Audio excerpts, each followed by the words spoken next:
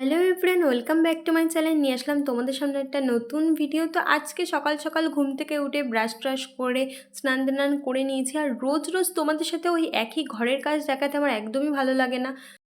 আর সত্যি কথা বলতে সকালের দিকটা এতটাই ব্যস্ততা থাকে যে সবসময় ভিডিও করা সম্ভব হয় না। তো আজকের ভিডিওটা আমি একটু অন্যরকমভাবেই শুরু করলাম, যাতে করে রোজ তোমরা আমার সেম ভিডিও দেখে বোর না হয়ে যাও। সারাদিনের ভিডিও শেয়ার করা মানে রোজ তোমাদের সাথে প্রায় সেম ভিডিও শেয়ার করা, কিন্তু তার মধ্যে দিয়েও আমি চেষ্টা করি রোজ তোমাদের সামনে ভিডিওগুলোকে একটু অন্যরকমভাবে তুলে ধরা। আমার এই 100 যে চ্যানেলের ভিডিওতে তোমরা আমাকে যে এত এত ভালোবাসা দিচ্ছ, তার জন্য তোমাদেরকে অনেক অনেক ধন্যবাদ। তোমরা এইভাবে আমাকে সাপোর্ট করে যেও, এইভাবে আমাকে ভালোবাসা দিয়ে যেও। আর আমিও চেষ্টা করব তোমাদের সাথে রোজ ভিডিও শেয়ার করার। আর সকালের সমস্ত কাজ করে রেডি হয়ে চলে এসেছিলাম পুজো দিতে ঠাকুর ঘরে। আর পুজো দেওয়া কমপ্লিট করে তারপরে চলে গেলাম রান্নাঘরে, আর গিয়ে করে নিলাম আমার জন্য একটু ম্যাগি। আর সকালবেলা আমি ম্যাগিটাই খেয়েছিলাম, আজকে আর অন্য কিছু খাইনি। আর মা কেটে দিয়েছিল তারপরে আম। তো আম খাওয়ার পরে আমি একদম রান্নার দিকে চলে এসেছি। আর গতকালকের কিছু কাঁকড়ার আজকে বাবা নিয়ে এসেছিলো পুঁটি মাছ, তো সেটাই রান্না করব। আর এই মাছ কাঁকড়া যেহেতু আমি এগুলো কিছুই কাটতে পারি না, সেই জন্য মা সুন্দর করে সবসময় মাই এগুলো কেটে দেয়। আর সেই কারণে আজকেও সমস্ত কিছু কেটে কেটে গুছিয়ে দিয়েছে মা আমাকে, আর আমি এখন রান্না করছি। তো প্রথমেই মাছ কাঁকড়া এগুলো ভেজে নিয়েছি সুন্দর করে। আর এখন করবো আমি কাঁকড়া দিয়ে কুমড়ো শাকের তরকারি। তো এই কাঁকড়া দিয়ে কুমড়ো শাকের তরকারি কে কে খেতে ভালোবাসো অবশ্যই কমেন্ট করে জানিও। আর আমি কিন্তু সব রকমের ডাঁটা শাক খেতে খুব ভালোবাসি, আর তার মধ্যেই একটা কুমড়ো শাকটাও আমার কাছে খুবই ভালো লাগে।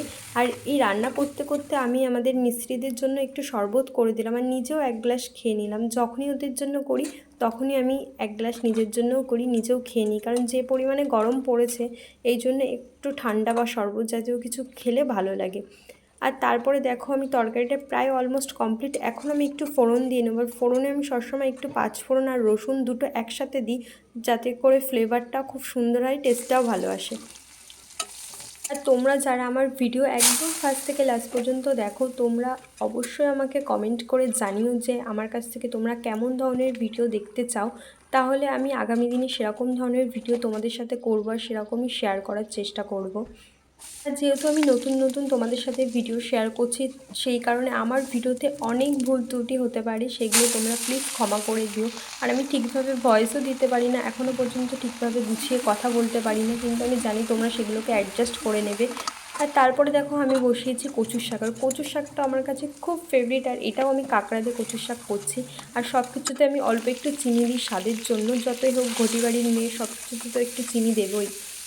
আর তারপরে অ্যাট লাস্ট রান্না করছি কালো জিরে ফোড়ন দিয়ে কাঁচকলা আলু দিয়ে পুঁটি মাছের একদম পাতলা ঝোল। একদম সিম্পলভাবে রান্না করছি আজকে, কোনো রকম সেরকম মশলা টশলা ইউজ করিনি। কারণ মাঝে সাঝে একটু গরমের মধ্যে এরকম হালকা পাতলা রান্না খেতে খুবই ভালো লাগে, আর বিশেষ করে বাবা এটা খুবই খেতে পছন্দ করে, একটু হালকা পাতলা রান্না। আর তারপরে দেখো আমি ভাতও বসিয়ে দিয়ে রান্না অলমোস্ট কমপ্লিট। এরপর এসেছি আমি বাসন মাজতে। সত্যি সত্যি এরকম তুড়ি দিয়ে যদি সব বাসন মাজা হয়ে যেত তাহলে না খুব ভালো হতো, কারণ সব কিছু করে লাস্টে বাসন মাজতে সত্যি খুব বিরক্তকর লাগে, কিন্তু তাও কি, মাজতে তো হবেই না। আর তারপরে সব কিছু কমপ্লিট করে সবাই মিলে একসাথে খেতে বসে গেছি। আর আজকে যেহেতু ছিল কচুর শাক আর কুমড়ো ডাঁটার তরকারি, তো এইগুলো একটু লেবু দিয়ে চটকে মাখিয়ে খেতে না দারুণ লাগে। আর তারপরে এই পুঁটি মাছের তরকারিটা দিয়ে আমি খাওয়া দাওয়া কমপ্লিট করলাম। আর তারপরে বিকেলের দিকে নিয়ে নিয়েছিলাম একটু রেস্ট। আর আজকে বিকেলে খুব জোরে হচ্ছিল বৃষ্টি, আর ওয়েদারটা একদম দারুণ ঠান্ডা হয়ে গেছিলো।